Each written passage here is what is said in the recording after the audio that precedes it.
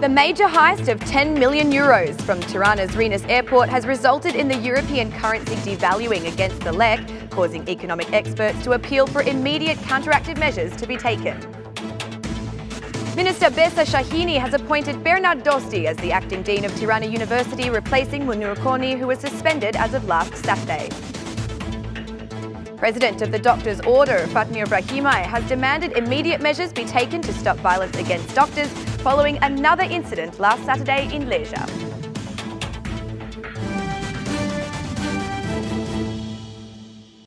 It's 6 o'clock on Monday, the 15th of April 2019. Good evening and thank you for tuning in to RTV Ora's English edition. My name is Alexandra and today marks 2 years of me bringing you the only daily update of the local Albanian news translated into English. The first impacts as a result of a major heist from Tirana's Rennes airport, during which €10 million were stolen, are starting to be felt by the Albanian economy as the valuation of the euro against the lek has seen significant decline. Economic experts explain that such events require an immediate response in order to minimise the negative impacts on the economy. Arben Marlai says that the Bank of Albania has the opportunity to intervene in the market to stabilise the exchange rate. Expert Aryan Kadare says the currency devaluation is directly related to psychological effects and calls for measures to be taken to ensure movement of bank capital.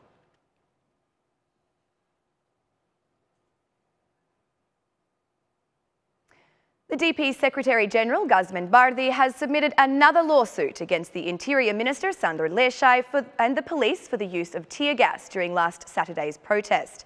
The lawsuit was filed with the prosecution today at noon. Bardhi appealed to the prosecution to carry out its duties rather than protecting state police, instead protecting the fundamental rights and freedoms of the country's citizens. I have provided facts obtained by the Democratic Party about the illegitimate actions of state police leaders who, by political order, attacked the citizens and, as such, prevented them from exercising their right to protest. Today, there are 40 citizens in prison without any evidence they have committed acts of violence, and there is no investigation or punishment against those who violated the law and the rights of these individuals, accused Bardhi. Meanwhile, he continued his call for the removal of the Interior Minister, Sandor Leshaj, calling him a remnant of communism. We absolutely cannot allow any Interior Minister or Police Director to infringe on the fundamental rights of the citizens.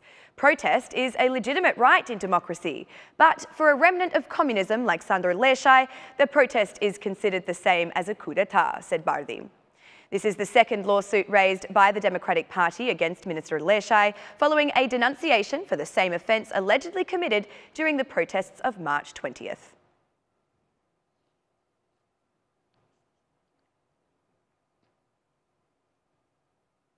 The Minister of Education, Sports and Youth, Besa Shahini, appointed Bernard Dosti as the new Dean of Tirana University.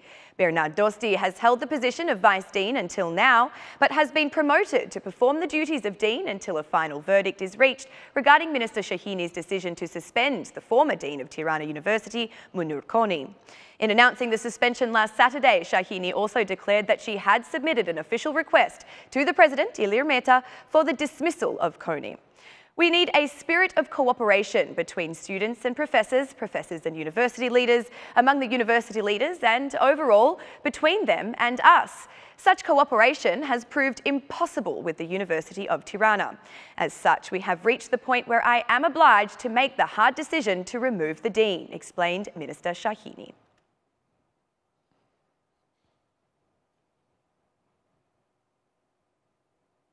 The Serious Crimes Court has postponed the first hearing for the trial of the Habilaj group accused of drug trafficking in Albania.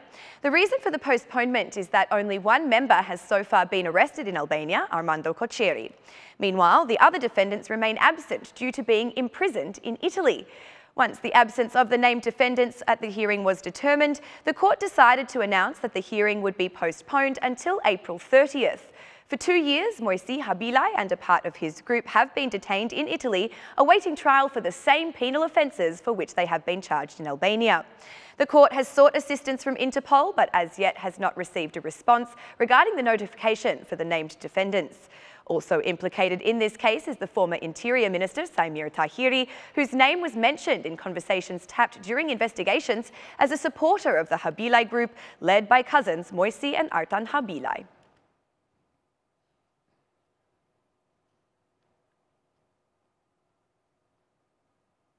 "2019 is shaping up to be a frightful year for the employees of the healthcare sector, with 5 cases of violence against doctors having been denounced only in this year. Following protests from doctors, Prime Minister Rama promised to tighten laws to punish those who exert violence against doctors more severely, yet there is still no change. And now, just last Saturday, another doctor was violated, this time in Leisure. The doctor's order has demanded immediate action be taken to stop violence against doctors. The delay in the legal amendments have been caused by the working groups who are still processing the draft law, which will propose changes to the penal classification of violent acts committed towards medical practitioners.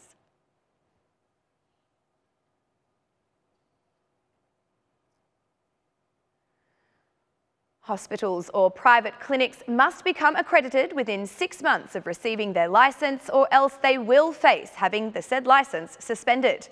A draft law presented to the Health Committee by the Health Minister, Ogerta Manastirliu, proposes some amendments to the law on healthcare, which has not been updated since the year 2015.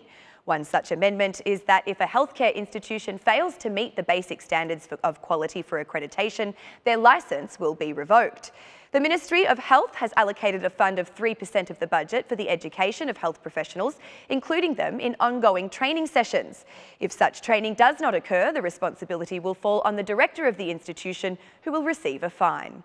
Other changes envisioned by the draft law on healthcare also relate to the establishment of an electronic system for recording patient information and medical data, which also aims at preserving the highest standard of privacy and confidentiality.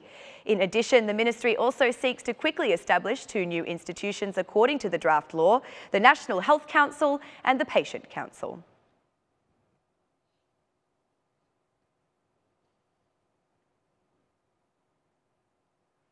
The President of Kosovo has confirmed that the goal of achieving an agreement to normalise relations between Serbia and Kosovo within the year is still possible, despite some significant setbacks which have occurred over the recent months. President Hashim Thaci has pledged to continue the process of dialogue with his Serbian counterpart. In an interview with the prestigious English newspaper The Guardian, Thaci touched on hot topics such as territorial exchange, international recognitions, and the tax on products imported from Serbia.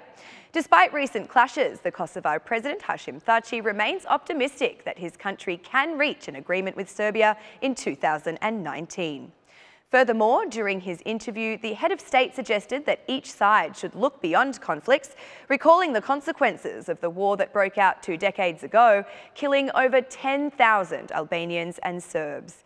He said that the future of the entire region will depend on the success of the talks. "We have to sit down, even with our arch enemies, without any preconditions, and try to listen to each other," said Hashim Thaci. Thaci said he had invested all the political capital he had built up over the past 2 decades into the success of the talks, adding that the price of continued failure would be damage to the whole region. "In the current circumstances, with this level of tension, I do not see why any foreign investors would want to come and invest in our region. Only a peace agreement can bring greater prosperity," he said. Thaci, a former head of the Kosovo Liberation Army, which fought for independence, blamed some EU member states for complicating the process. In doing so, he referenced the way in which Germany, unlike the US, has opposed aspects of Thaci's proposals, especially that which he has described as border correction. Thaci said border correction would have to be a part of any comprehensive mutual recognition agreement, but he stressed that the demarcation should not be determined on the basis of ethnicities, stating, "There can be no borders on ethnic lines. It's impossible. Both Kosovo and Serbia will remain multi-ethnic states." Plans have been officially and unofficially floated for the predominantly Serbian region in northern Kosovo surrounding Mitrovica to join Serbia, while the mostly ethnic Albanian Presevo Valley would be transferred to Kosovo. In practice, the northern Kosovo region operates under a form of dual sovereignty with influence from both Kosovo and Serbia. Last November, the Kosovar government applied a 100% customs tariff on goods deriving from Serbia. President Thaci stated that it will not be removed unless further progress is made in other aspects towards the direction of reaching an agreement. However, Serbia insists on the removal of the tax as a precondition for restarting talks. A comprehensive agreement between Kosovo and Serbia is expected to be a topic of debate very soon in the Serbian parliament, with the aim of winning over the Serbian President Aleksandar Vučić and the country's Prime Minister Ana Brnabić.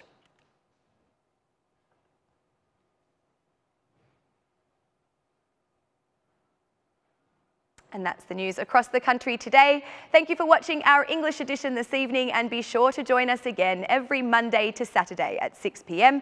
for the latest news from Albania. Once again, on behalf of RTV Ora, thank you and good night.